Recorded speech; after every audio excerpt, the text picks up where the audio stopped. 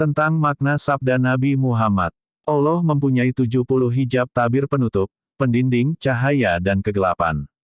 Seandainya dia menyibatkannya, niscaya cahaya-cahaya wajahnya akan membakar siapa saja yang memandangnya.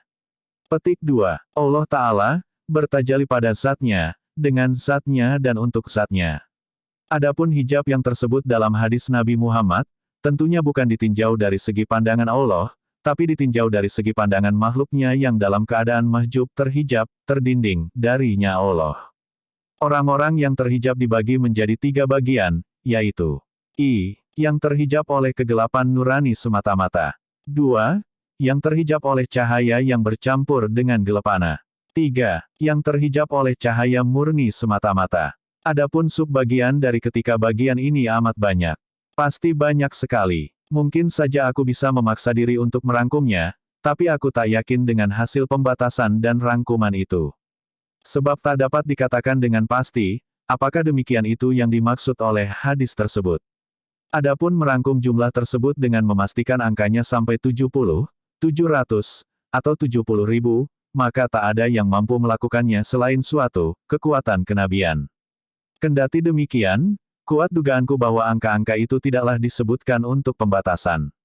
Telah menjadi kebiasaan umum untuk menyebut angka-angka tertentu, tidak untuk angka pembatasan, tapi hanya untuk menunjukkan banyaknya. Persoalan ini adalah di luar kemampuanku, dan hanya Allah yang mengetahui hakikat tentang hal itu. Adapun yang dapat kulakukan sekarang ialah menyebutkan ketiga bagian tersebut untuk Anda serta beberapa aliran atau sub-bagiannya saja. Orang-orang yang terhijab oleh kegelapan murni. Mereka adalah orang-orang mulhid ateis, yang tidak beriman kepada Allah dan tidak kepada hari akhir, yang lebih mengutamakan kehidupan dunia di atas kehidupan akhirat, disebabkan mereka sama sekali memang tidak beriman kepada akhirat. Mereka ini dapat dibagi lagi menjadi sub-sub bagian. 1. Orang yang sangat ingin mencari penyebab adanya dunia dan sekitarnya, lalu mengalihkannya kepada apa yang disebut alam, natur, sebagai penyebaban terwujudnya segala suatu. Adapun alam adalah sifat yang tertanam dan menetap pada benda-benda, materi, dan ia adalah sesuatu yang gelap, karena tidak memiliki pengetahuan, pencerapan, kesadaran akan dirinya sendiri ataupun gambaran mengenainya. Ia tidak memiliki cahaya yang juga dapat dicerap oleh penglihatan lahiriah. 2. Orang-orang yang disibukkan oleh dirinya sendiri dan karena itu tidak sempat mempertanyakan tentang penyebab terwujudnya alam semesta ini. Mereka menjalani kehidupan hewan-hewan sehingga hijab mereka ialah diri mereka sendiri yang padanya tertanam sifat-sifat amat rendah serta hawa nafsu yang amat gelap. Memang, tak ada kegelapan lebih pekat daripada memperturutkan hawa nafsu. Itulah sebabnya Allah Ta'ala berfirman, "Tidaklah kau lihat orang yang menjadikan hawa nafsunya sebagai Tuhannya." Surat Al-Furqan 25, ayat ke-43. Demikian pula Rasulullah pernah bersabda, hawa nafsu adalah sembahan yang paling dibenci oleh Allah. Orang-orang ini berpecah menjadi kelompok-kelompok kecil. Ada kelompok yang beranggapan bahwa tujuan utama kehidupan dunia adalah pemenuhan ambisi, pemuasan hawa nafsu dan pelampiasan kesenangan hewaniah yang berkaitan dengan seks, makanan, minuman, dan pakaian. Itulah hamba-hamba kelezatan hidup. Mereka menjadikannya sebagai Tuhan mereka, mencarinya dengan segala daya upaya serta beranggapan bahwa keberhasilan di bidang itu merupakan puncak kebahagiaan. Bahkan mereka rela mendudukan diri mereka kepada kedudukan hewan-hewan, bahkan lebih keji daripada hewan. Adakah kegelapan yang lebih pekat daripada ini? Orang-orang seperti ini sungguh telah terhijab oleh kegelapan murni. Segolongan lainnya beranggapan bahwa tujuan utama manusia adalah penaklukan, penguasaan, penangkapan, penahanan, dan pencabutan nyawa. Begitulah gagasan sebagian bangsa Arab Badui, suku bangsa Kurdi tertentu, dan juga banyak sekali di antara orang-orang tolol. Hijab yang menutupi mereka adalah kegelapan berupa sifat-sifat buas yang, karena sifat-sifat tersebut telah sedemikian menguasai mereka, maka mereka menganggap pengejaran buruan mereka itu sebagai puncak kebahagiaan. Jadi, mereka ini sudah merasa puas dengan menempati kedudukan binatang buas, malah lebih rendah lagi. Golongan ketiga beranggapan bahwa tujuan utamanya adalah kekayaan dan kemakmuran, karena harta benda merupakan alat untuk memuaskan setiap hawa nafsu. Maka yang mereka utamakan adalah penumpukan dan pelipat gandaan kekayaan, pelipat gandaan harta benda, rumah, kebun, logam mulia, burung, domba, sawah dan sebagainya. Orang-orang yang seperti ini menimbun uang mereka di bawah tanah. Anda lihat mereka membanting tulang seumur hidup, menetang bahaya di darat, bahaya di laut, di bukit yang tinggi, di lembah yang curam, mengumpulkan kekayaan, dan mengangkanginya hanya untuk diri mereka sendiri dan entah masih berapa banyak lagi yang lainnya. Mereka inilah yang dimaksudkan oleh Rasulullah Muhammad, ketika beliau bersabda, "Celakalah orang yang mengabdi kepada uang. Celakalah orang yang mengabdi pada emas." Petik 2. Sungguh, kegelapan apakah yang lebih pekat daripada kegelapan yang membutakan manusia terhadap kenyataan bahwa emas dan perak hanyalah dua jenis logam, yang dicari bukan hanya demi logam-logam itu sendiri, yang tidak lebih baik daripada batu kerikil kecuali bila dijadikan sarana untuk mencapai berbagai tujuan, dan dibelanjakan untuk hal-hal yang memang perlu. Golongan keempat maju selangkah lebih jauh ketimbang ketololan total golongan ketiga tadi, dan beranggapan bahwa kebahagiaan yang besar dapat ditemukan pada besarnya pamor pribadi, luasnya kemasyarakatan diri sendiri, penambahan jumlah pengikut dan pengaruh atas orang lain. Anda lihat orang-orang ini mengagumi diri mereka di muka cermin. Salah satu dari mereka, yang kelaparan dan papa di dalam rumahnya, akan membelanjakan uangnya yang pas-pasan untuk membeli pakaian, dan berupaya untuk mematut-matut dirinya sebaik mungkin dengan pakaian itu, semata-mata untuk menghindari pandangan yang menghina bila ia bepergian keluar rumah. Masih banyak lagi kelompok-kelompok kecil lainnya yang tak terbilang jumlahnya. Mereka semua terhijab dari Allah Ta'ala, akibat suatu kegelapan murni, yaitu diri mereka sendiri yang dalam keadaan gelap. Tak perlu kiranya menyebutkan tentang orang per orang dari kelompok-kelompok tersebut di atas sesudah penjelasan kami mengenai mereka itu menurut jenisnya masing-masing.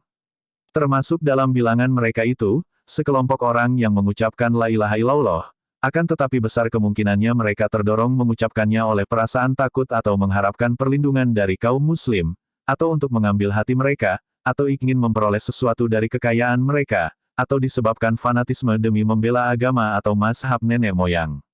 Orang-orang seperti ini apabila tidak terdorong oleh ucapan syahadatain itu untuk mengerjakan amal-amal soleh, pasti ucapan itu tidak akan mengeluarkan mereka dari kegelapan-kegelapan dan memasukkan mereka ke dalam cahaya keimanan. Bahkan, teman-teman dan pelindung-pelindung mereka adalah takhut tiran, yang mengeluarkan mereka dari cahaya ke dalam kegelapan. Adapun orang yang kena pengaruh ucapan itu, sehingga merasa sedih disebabkan amal-amal buruknya, dan merasa senang dengan amal-amal baiknya, maka orang seperti itu berada di luar kegelapan yang murni, kendatipun ia banyak berbuat pelanggaran atau maksiat. Orang-orang yang terhijab oleh cahaya yang disertai berbagai kegelapan. Mereka ini terdiri dari 3 jenis. 1. Yang kegelapannya berasal dari indera mereka. 2. Yang kegelapannya berasal dari daya khayal mereka. 3. Yang kegelapannya bersumber dari kesimpulan-kesimpulan akal berdasarkan perkiraan-perkiraan analogis yang keliru. 1. Orang-orang yang terhijab oleh cahaya yang disertai kegelapan indriawi. Mereka ini terbagi lagi dalam berbagai kelompok atau aliran yang pemikirannya sedikit banyak tidak terpaku pada diri mereka sendiri dan tidak terlepas sama sekali dari pencarian tentang Tuhan serta keinginan untuk mengenalnya. Tingkatan yang pertama dari mereka ialah kaum penyembah berhala dan yang terakhir kaum sanawiyah, yakni, yang menduakan Tuhan-Tuhan cahaya dan Tuhan kegelapan. Di antara mereka terdapat berbagai tingkatan. 1.1. Kaum penyembah berhala. Mereka ini secara umum mengetahui bahwa ada Tuhan yang harus mereka utamakan di atas diri mereka yang diliputi oleh kegelapan. Mereka juga memiliki kepercayaan bahwa Tuhan mereka lebih mulia dari segalanya, lebih berharga dari segala yang berharga. Namun, mereka terhijab oleh kegelapan indera, sehingga tidak mampu melampaui yang mahsus sesuatu yang dapat dicerap oleh panca indera. Karena itu, mereka membuat patung-patung yang indah terbuat dari logam-logam mulia dan batu permata, seperti emas, perak, dan yakut, batu nilam, lalu menjadikannya sebagai Tuhan-Tuhan. Dengan demikian, mereka sebenarnya terhijab oleh sebagian sifat dan cahaya Allah, yaitu cahaya keperkasaan dan keindahannya, akan tetapi mereka melekatkan sifat-sifat itu dengan benda-benda indrawi sehingga terhijab dari cahayanya itu oleh kegelapan indera. Sebab indera adalah kegelapan bila dibandingkan dengan alam ruhani seperti telah diuraikan sebelum ini. 1.2. Sekelompok orang berasal dari pedalaman Turki, tidak mempunyai agama atau syariat. Mereka percaya mempunyai Tuhan, dan bahwa Tuhan mereka itu adalah yang paling indah dari segala sesuatu. Karena itu, bila melihat seorang manusia yang memiliki keindahan luar biasa, begitu pula pohon, kuda, dan lainnya, mereka bersujud kepadanya dan berkata, "Ia adalah Tuhan kita." Orang seperti ini terhijab oleh cahaya keindahan yang dibarengi oleh kegelapan indera. Keadaan mereka lebih baik dibandingkan dengan kaum penyembah berhala, sebab yang mereka sembah ialah keindahan yang mutlak, bukannya manusia atau benda tertentu. Mereka tidak mengaitkan keindahan ini dengan individu. Selain itu, yang mereka sembah ialah keindahan alami, bukannya keindahan yang terbuat oleh tangan manusia sendiri.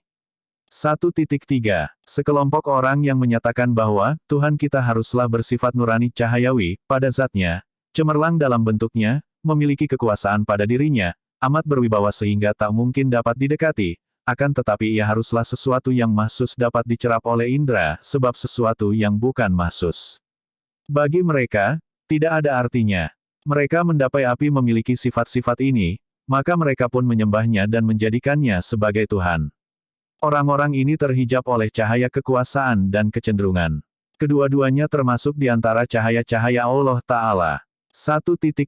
Mereka yang beranggapan bahwa karena kita dapat berbuat sesuka hati terhadap api, dengan menyalakan dan memadamkannya, maka ia berada di bawah kekuasaan kita. Oleh sebab itu, ia tidak layak berfungsi sebagai Tuhan. Hanya sesuatu yang menyandang sifat-sifat keindahan dan kecemerlangan, lalu kita berada di bawah kekuasaannya, dan di samping itu ia juga menyandang sifat-sifat kemuliaan dan ketinggian. Hanya sesuatu yang seperti itulah yang layak menjadi Tuhan. Ilmu tentang bintang astronomi, dan pengaruh-pengaruh yang ditimbulkannya, astrologi, sangat dikenal di kalangan mereka. Oleh sebab itu, ada di antara mereka yang menyembah bintang Syira, ada pula yang menyembah Jupiter atau bintang-bintang lainnya, tergantung dari besarnya pengaruh masing-masing menurut kepercayaan mereka. Orang-orang seperti ini terhijab oleh cahaya ketinggian, kecemerlangan, dan kekuasaan, yang semuanya itu termasuk di antara cahaya-cahaya Allah Ta'ala. 1.5. Orang-orang yang hampir bersesuaian dengan kelompok sebelumnya ini dalam pokok-pokok kepercayaannya, akan tetapi mereka mengatakan bahwa tidak selayaknya Tuhan kita dilukiskan sebagai sesuatu yang kecil atau besar dalam hubungannya dengan jawahir nuraniyah, substansi-substansi cahaya, bahkan sepatutnya ia adalah yang terbesar di antara itu semua. Maka, mereka pun menyembah matahari ketika melihatnya sebagai yang terbesar. Mereka itu terhijab oleh cahaya kebesaran di samping cahaya-cahaya lainnya, ditambah lagi dengan kegelapan. 1.6. Mereka yang lebih agak maju dari kelompok-kelompok sebelum ini, kata mereka, matahari tidak memonopoli cahaya semuanya, tetapi benda-benda lain pun memiliki cahaya-cahayaan mia.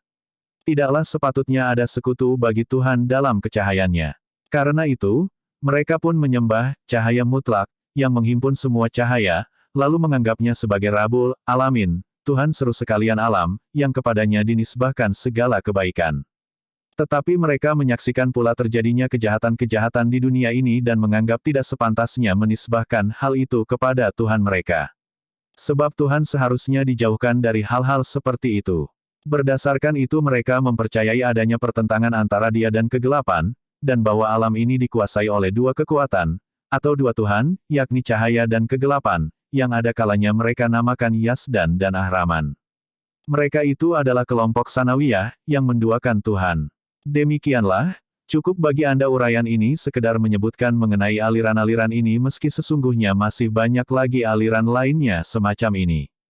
2. Orang-orang yang terhijab oleh sebgian cahaya yang disertai oleh kegelapan hayalan.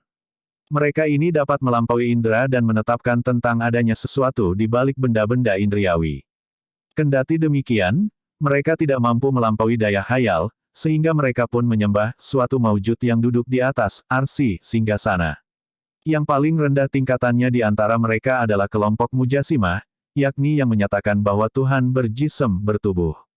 Kemudian kelompok-kelompok Karamiyah semuanya. Aku tidak hendak menguraikan tentang pendapat-pendapat serta aliran-aliran mereka, sebab kurasa tidak ada gunanya. Akan tetapi, yang paling tinggi tingkatannya di antara mereka adalah pengikut aliran yang menafikan semua bentuk kejisiman Tuhan serta perubahan-perubahan kondisi yang menyertainya kecuali satu hal, yaitu tentang bersamayamnya Tuhan di suatu arah tertentu yang dapat ditunjuk yakni, di atas. Sebab, kata mereka, sesuatu yang tidak dinisbahkan ke suatu arah dan tidak dapat dilukiskan ke suatu arah dan tidak dapat dilukiskan sebagai, di luar alam dunia, atau, di dalamnya, menurut mereka, sama saja dengan, tidak ada, karena tidak dapat dihayalkan. Orang-orang seperti ini tidak mengetahui bahwa persyaratan dasar sesuatu yang makul, yang dapat dicerna oleh akal kemungkinannya untuk melampaui segenap arah dan ruang. 3. Mereka yang terhijab oleh cahaya-cahaya ilahi yang disertai oleh kesimpulan-kesimpulan akal yang salah, berdasarkan perkiraan-perkiraan analogis yagen keliru dan diliputi kegelapan. Sesuai dengan itu, mereka menyembah Tuhan yang bersifat mendengar, melihat, mengetahui, kuasa, menghendaki, hidup lagi tersucikan daripada mendiami arah yang manapun, akan tetapi mereka memahami sifat-sifat ini sesuai dengan sifat-sifat manusiawi mereka sendiri. Ada kalanya sebagian mereka menegaskan bahwa firman-Nya terdiri dari huruf-huruf dan suara-suara seperti ucapan kita sendiri. Sebagian dari mereka berpendidikan agak lebih maju lagi dengan mengatakan bahwa firman-Nya itu, menyerupai bisikan hati kita, yakni tanpa huruf dan tanpa suara. Demikian pula jika dituntut untuk menjelaskan tentang hakikat sifat-sifat mendengar, melihat, dan hidup yang berkaitan dengannya, mereka kembali ke sikap tasbih, menyerupakan sifat Allah Ta'ala dengan makhluknya, dalam hakikat maknanya, walaupun mereka mengingkarinya dengan ucapan mereka. Ini disebabkan mereka sama sekali tidak mampu memahami makna-makna sebenarnya dari penyebutan sifat-sifat ini dalam kaitannya dengan Allah Ta'ala. Karena itu pula, mereka mengatakan bahwa kehendaknya adalah bersifat baru, hadits, bukan kadim seperti juga sifat kehendak kita, dan bahwa dia bertujuan sesuatu dari perbuatannya seperti hanya kita bertujuan. Ini semua adalah aliran-aliran dan mazhab-mazhab yang cukup terkenal, tidak perlu diuraikan secara terperinci. Secara keseluruhan mereka adalah orang-orang yang terhijab dari Allah Ta'ala, oleh beberapa jenis cahaya yang disertai dengan kesimpulan-kesimpulan berdasarkan perkiraan-perkiraan analogis yang keliru. Kelompok-kelompok itu semuanya adalah jenis-jenis bagian dua, yakni yang terhijab oleh cahaya yang disertai oleh kegelap. Orang-orang yang terhijab oleh cahaya-cahaya murni. Mereka terdiri dari berbagai aliran yang tak mungkin kucakup bilangan mereka semua. Cukup kusebutkan 3 jenis saja, yaitu 1. Orang-orang yagen benar-benar mengetahui tentang makna sifat-sifat yang dikaitkan dengan Allah Ta'ala, berdasarkan pentahkikan. Mereka menyadari bahwa penyebutan sifat-sifat kalam firman iradah kehendak kudrah kemampuan, kecakapan ilm pengetahuan, dan sebagainya yang dikaitkan dengan Allah Ta'ala, tidaklah sama dengan penyebutan untuk diri manusia. Karena itu, mereka enggan mentarifkan, mendefinisikannya dengan sifat-sifat ini. Sebaliknya, mereka hanya mau mentarifkannya dalam hubungan antara dia dan makhluknya saja seperti yagen dilakukan oleh Nabi Musa. Ketika menjawab pertanyaan Firaun, apa itu Rabbul Alamin? Demikian itulah mereka lalu menyatakan bahwa Tuhan yang Maha Tersucikan dari makna sifat-sifat ini adalah Dia yang menggerakkan langit ini dan mentadbirkannya. 2. Orang-orang yang pikiriannya lebih maju dan tingkatannya lebih tinggi dari yagen sebelum ini, yaitu mereka yagen menyadari tentang adanya kemajemukan di langit, dan bahwa penggerak setiap langit secara khusus adalah makhluk lain yang disebut malaikat. Malaikat ini jumlahnya banyak. Keadaan mereka dibandingkan dengan cahaya ilahiyah seperti bintang di antara cahaya-cahaya indriawi. Kemudian tampaklah bagi mereka bahwa langit ini berada dalam lingkup falak lainnya, yang dengan gerakannya, segala sesuatunya ikut bergerak satu kali, tiap sehari semalam. Maka Al-Rab Tuhan Maha Pengatur dan Pemelihara, adalah penggerak, jim benda, jisim paling utama, yagen mencakup falak-falak semuanya. Hal ini berdasarkan pengertian bahwa dia wajib dinafikan dari segala bentuk kemajemukan. 3. Orang-orang yang tingkatannya lebih tinggi lagi dan kelompok sebelum ini. Mereka menyatakan bahwa perbuatan, menggerakkan benda-benda secara langsung, sepatutnya merupakan suatu bentuk pelayanan untuk Rabbul Alamin, ibadah kepadanya serta ketaatan seorang hamba di antara hamba-hambanya. Hamba yang disebut, malaikat, ini, kedudukannya dalam hubungannya dengan cahaya-cahaya ilahiyah yang murni, seperti bulan dengan cahaya-cahaya indrawi. Berdasarkan hal ini kata mereka maka Al-Rab adalah Al-Muta, yang ditaati oleh si penggerak. Dengan begitu, Al-Rab Ta'ala, mempunyai penggerak-penggerak utama serta semuanya, dengan cara mengeluarkan perintah, bukannya dengan cara menanganinya secara langsung. Untuk menjelaskan hal itu sampai kepada hakikat, tidaklah mudah, bahkan tidak terjangkau oleh sebagian besar pemahaman umum, di samping tak terpenuhi oleh buku seperti ini. Ringkasnya, orang-orang tersebut di atas semuanya telah terhijab oleh cahaya-cahaya murni. 4. Adapun orang-orang yang telah sampai di akhir perjalanan, Al-Wasilun, mereka itu ialah yang tersingkap pula bagi mereka bahwa yang disebut Al-Muta, yang ditaati, ini bagaimanapun masih memiliki suatu sifat yang berlawanan dengan keesaan yang murni dan kesempurnaan yang mutlak, disebabkan suatu rahasia tersembunyi, yang buku ini tak cukup memiliki kemampuan untuk menyingkapkannya. Adapun kedudukan Al-Muta ini dalam hubungannya dengan Al-Wujud Al-Haq, yakni Allah Ta'ala, adalah seperti matahari dengan cahaya murni atau bara api dalam hubungannya dengan substansi api yang murni. Oleh sebab itu, orang-orang ini pun beralih dari, yang menggerakkan langit, serta, yang memerintahkan penggerakannya, dan sampailah mereka ke suatu maujud yang maha tersucikan dari segala sesuatu yang dapat terjangkau oleh basar penglihatan mata, para penglihat maupun basirah, mata hati, mereka. Mereka mendapatinya sebagai yang maha kudus dan maha tersucikan dari segala yang telah kami lukiskan sebelumnya. Kemudian dari itu, orang-orang ini pun terbagi lagi dalam beberapa bagian. Di antara mereka ada yang mengalami keadaan yang menyebabkan terbakarnya segala yang pernah dicerap oleh penglihatannya, lalu ia sendiri menjadi larut dan luluh kendati masih terus menatap keindahan dan kekudusan, di samping menatap dirinya sendiri dalam keindahan yang diraihnya dengan telah mencapai hadrat ilahiyah. Dengan demikian, luluhlah segala yang dapat terlihat di hadapan Yang Maha Melihat. Masih ada lagi sekelompok lainnya yang melampaui keadaan orang-orang tersebut, yaitu mereka yang termasuk hawasul hawas yang khusus di antara yang khusus. Mereka ini yang terbakar oleh cahaya-cahaya wajahnya yang tertinggi lalu tenggelam dalam gelombang kekuatan keagungan, sehingga diri mereka larut dan luluh sama sekali. Karena itu pula mereka tidak lagi memiliki perhatian sedikit pun ke arah diri mereka sendiri disebabkan kefanaan diri mereka itu. Di saat itu tiada sesuatu pun yang masih tertinggal kecuali yang Maha Tunggal lagi Maha Besar, sehingga makna firman-Nya. Segala suatu binasa kecuali wajahnya, dapat dirasakan oleh mereka dengan zauk dan hal. Hal itu telah kami isyaratkan dalam bab pertama buku ini, dan telah kami sebutkan pula bagaimana mereka menyebut tentang itihad kebersatuan, keadaan menyatu dengannya dan bagaimana anggapan mereka tentang itu. Nah, inilah akhir perjalanan, orang-orang yang telah sampai. Di antara mereka ada pula yang tidak menjalani pendakian dan miraj dengan cara bertahap demi setahap, atas setingkat demi setingkat, seperti perincian yang telah kami sebutkan sebelum ini. Sehingga pendakian mereka ini tidak banyak makan waktu dan mereka pun dalam sekejap telah memperoleh kesempatan paling dahulu untuk meraih marifat tentang kedudukan serta penyucian sifat keagungan rububiyah sesuci-sucinya dari segala yang harus disucikan atau dijauhkan daripadanya. Karena itu, diri mereka telah diliputi, sejak pertama kali mereka memulai perjalanan, oleh keadaan yang meliputi orang-orang selain mereka pada akhir perjalanannya. Mereka tiba-tiba diserbu oleh tajalli ilahi, ketersingkapan hijab di antara dia dan mereka, secara sekaligus, sehingga cahaya-cahaya wajahnya membakar segala yang dapat dicerap oleh penglihatan indriawi maupun penglihatan batiniah mereka. Keadaan yang pertama, yakni cara pencapaian bertahap, mirip dengan jalan Nabi Ibrahim Khalilullah, sahabat Allah, sedangkan yang kedua adalah jalan Nabi Muhammad Habibullah, kekasih Allah namun, Allah Ta'ala, tentunya yang lebih mengetahui tentang rahasia-rahasia tapak kaki mereka berdua serta cahaya-cahaya makam mereka.